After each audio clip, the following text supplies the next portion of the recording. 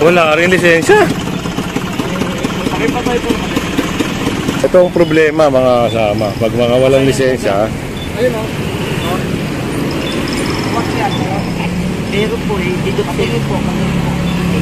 Kunin ko lang. Ano, talagang wala ka talaga lisensya. Wala talaga. Wala akong ganyan. Wala ko sa amin ganyan. Bawal mo sa amin yung may tatawagan ka kausapin. Hindi kami pwedeng influensyahan. Pagtrabaho po namin, trabaho. Iano po nyo po sa ikiki. Morning mga kasama. At ngayon nandito naman tayo sa may barangay hall ng E. Rodriguez Senior. Lungsod pa rin ng Quezon City. Kasama natin si Head Lucina para sa coordination. Meron kasing isang lugar dito sa may parang Cambridge. Ayun yung subject operation. Ito yung coordination paper. Bibigay lang, ihahain lang nila dito para inform sila na may gagawing operation. Yun o, papel. At ito, napara na rin ng isang enforcer. Parang tinakbuhan nata ang enforcer, no? Tabi mo maigi. Tumakbo ka, sir? Hindi po, sir. Sunod tayo ron, no? Tignan natin yung pag-uusap nila.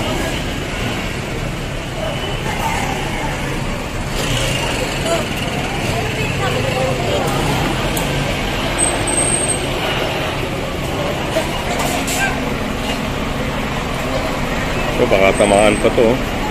Nakalisensya? Hindi lang po kasi nito, sir. Tapos, hindi nila mo na naman. Wala ka pala lisensya. Hindi lang po ako.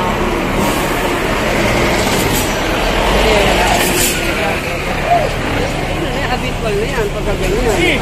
Nahuli ka na, bumotor ka ulit, wala ka pa rin lisensya. Ano, talagang wala ka talaga lisensya. Wala talaga. So, yun. Baka sakay. Oh, meron din dito, oh. Ay, sasakay ata rito.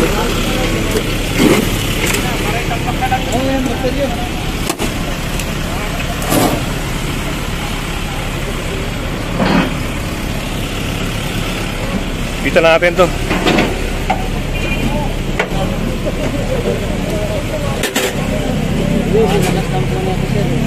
Oh, sige lang. Ito pala ay nahuli na dati. O, na-impound na dati. Tingnan natin, ha.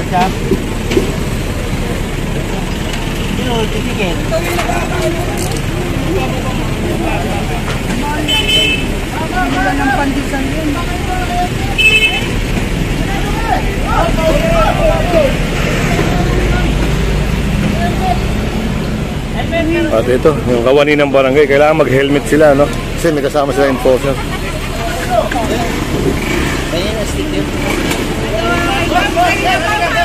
Oh, ito pa. Sabi ko yan, ha?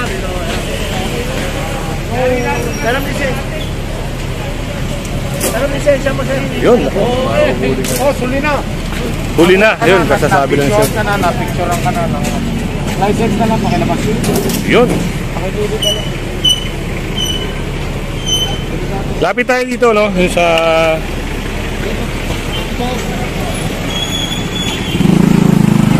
Uy, sasakay nga ito.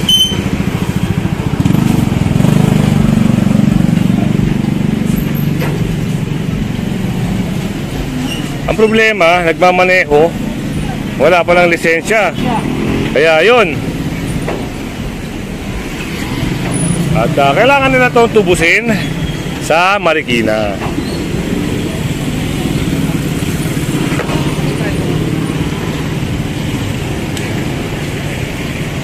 Sir, ang no license, magkano ang penal? Bayaran nila dyan? Mura lang naman yun kung halimbawa meron siyang lisensya talaga na naiwan lang. Pero pag totally na wala, yun ang hindi ko na alam kung magkano na. Okay. Pero pwede lang tubusin yun Sa Tumana. sa Tumana, basta meron silang dalang lisensya. Meron siyang sasama siya ng tao na may lisensya talaga kasi hahanapin yan. Okay. Parang napansin natin si Kuya nagtutulak, oh. Sira ata, no? Umiiwas kasi wala siyang dalang helmet. Pwede pala yun, sir, basta naglalakad. Oo. O isang strategy na rin. Oo, parang makaiwas. Para makaiwas. Hindi mo pwede sabihin na may violation at hindi naman tumatakbo yung sasakyan. Tama. So, yun. Naliwanagan din tayo, no? Kasi meron tayo nakikitang mga ganong bagay. Pag may operation, ilahawakan na lang yung motor, nilalakad na lang para makaiwas ng huli. Ito, sinasakay na. Ito, meron din dito. Lapit tayo dito.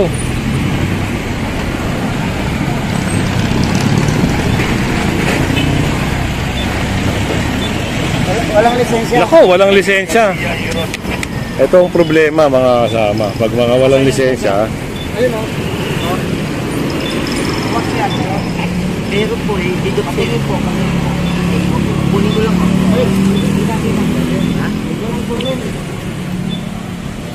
ito papaliwanag lang natin mga kasama. Ito ay operation. Kaya pag mga ganitong bagay, pag wala kayong lisensya, pag na-apprehend kayo, yun, automatic yun. Sasakayan.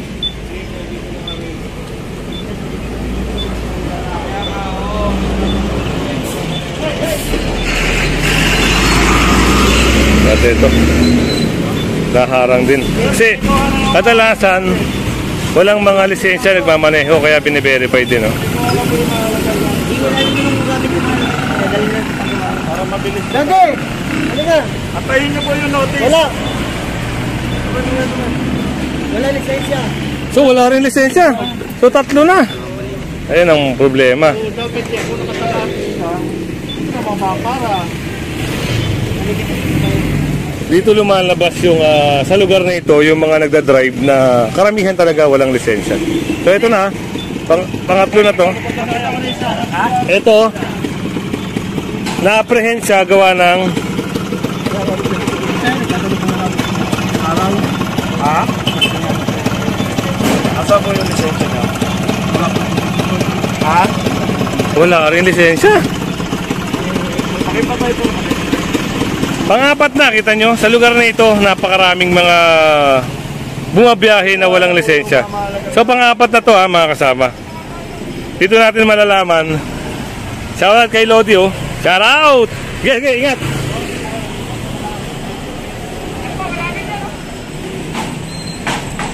Yung mga tricycle driver dito, talagang walang lisensya, nagbabiyahe. Tabi lang po natin. Yeah, sundan natin, no? Talagang malalaman natin. Pang-apat na nahuli na to. Sir, bakit nagdadrive ka walang lisensya? Wala pong ilang trabaho. Ganoon. Ibig sabihin, wala ka talaga lisensya mula sa dati pa. Nawala lang po, nawala. Nawala. Okay. So, yun. Ang paliwanag ni Kuya, nawala raw yung lisensya niya. Napakadelikado, no? Pag kayo na-aksidente ng ito, walang mga lisensya.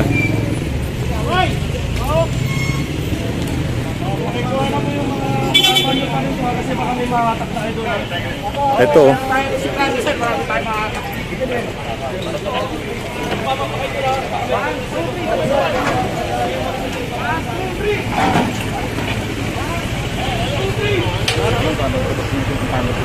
Ay, tungkol po sa kanila na po yan. Antayin nyo na lang po yung notice. May ibibigay pong notice sa inyo kung saan nyo makukuha. Ito pa sir, So, sa isang lang, no? Isang lugar lang, maraming napara na nagmamaneho na puro walang lisensya. Halos ito walang lisensya. Hindi rin natin na masisisi dahil talagang dapat parahin kasi talagang doon mo malalaman na ito mga ito ay nagmamaneho ng walang lisensya. Nakakatakot kasi pag na-aksidente ka, pumabangga ka, wala. PY ka dito. 18 yung pre, no? Hindi, yung isa kasi pag 4 wheels na gano'n, baka may 4 wheels sa pupuntahan. So, dalawa lang ba kasi kayo?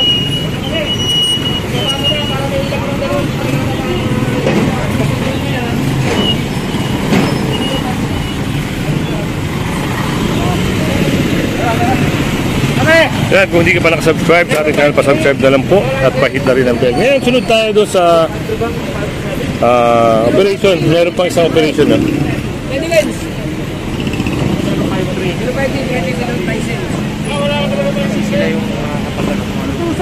Hindi naman naligid sa inyo. Wala pa naligid eh. Pero lahat yan, may impaw. Oo, lahat talaga may impaw siya. Hindi ko naganda ng tubusan kahit paano. Sa Marikina po. Oo, kasi ipilit ka rin naman natin yung ticket ko eh. Bibigyan kayo ng IGF yan para naligid sa inyo. Sino kayo naligid? Ito, iba yan. Wala ka na may vlog. Ito, nasakay na. Yan ang ano to, Barangay Hall ng E. Rodriguez. Yan, Quezon City.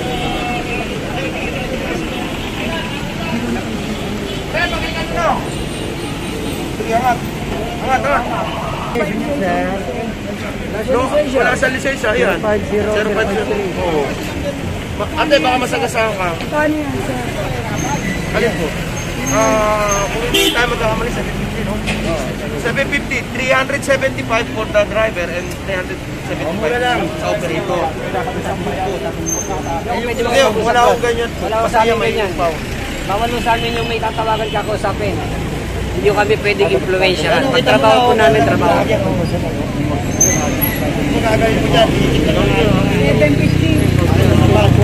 Ayun na lang. Hindi o. Kasi kung naghuli kayo nung wala kayong lisensya at nahuli-uli kayo sa parehong violation, ang tawag naman namin doon, habitual na.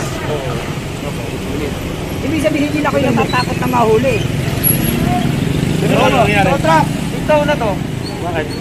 Nakikiusap hindi naman po pwede na hindi sila ma-impound. Halimbawa sa local, kuha niya ng bababa. Ang daming nakamanok. Yan po nyo po sa IKK. Ayun, meron pang sinabi sir, marami pa raw doon na mga nakasuga na manok.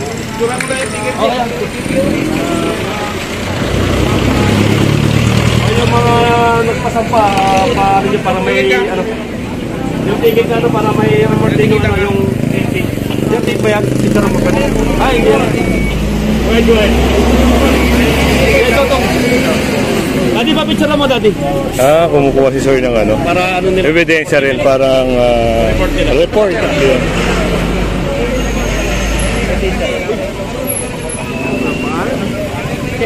Gasol na bike.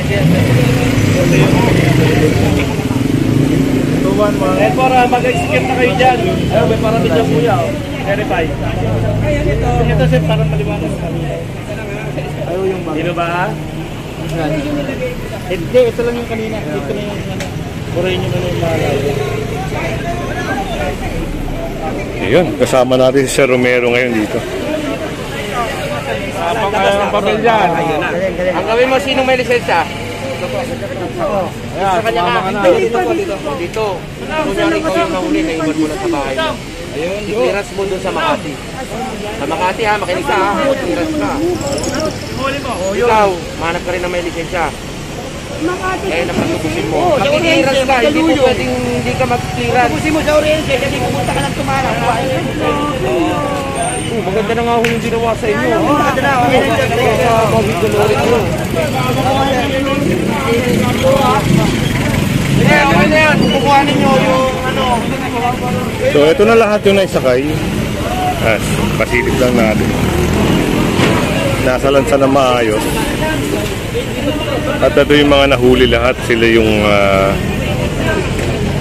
bibigyan ng checklist. Papakita nila sa impounding para matubos nila yung kanilang mga motor.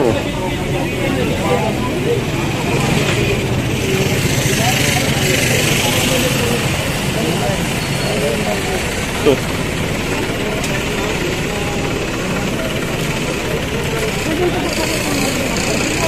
Yung office din yung open.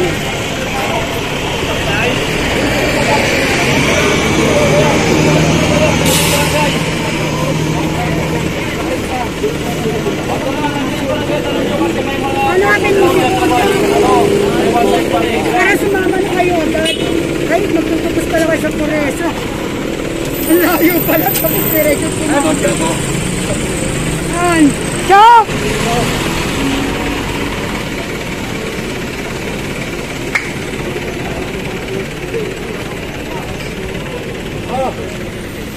So yun ha, at bibigay na yung mga checklist sa kanila.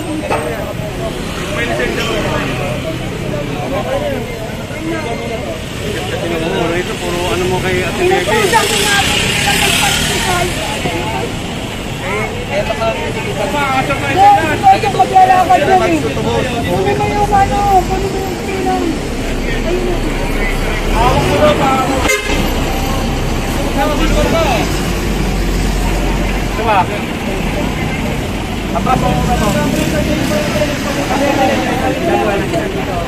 Yan, sige. Lahat mo dyan.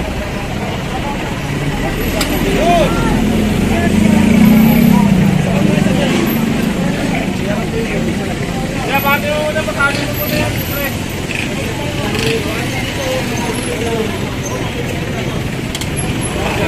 Balik ko lang kami yan. At balik mo lang kami dito nga lang, Leto.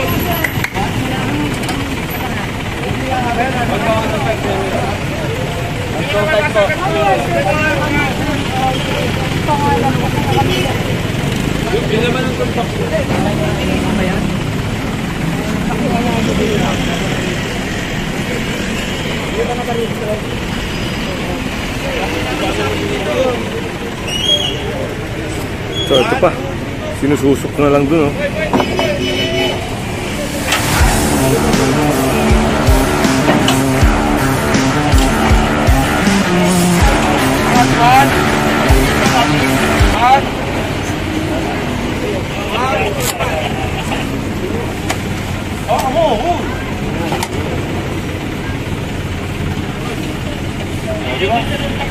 So isa na lang, isang tricycle na lang.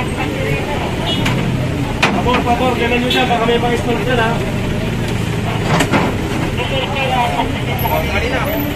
Ayan po, baka may install dyan. Punta na tayo doon sa operation.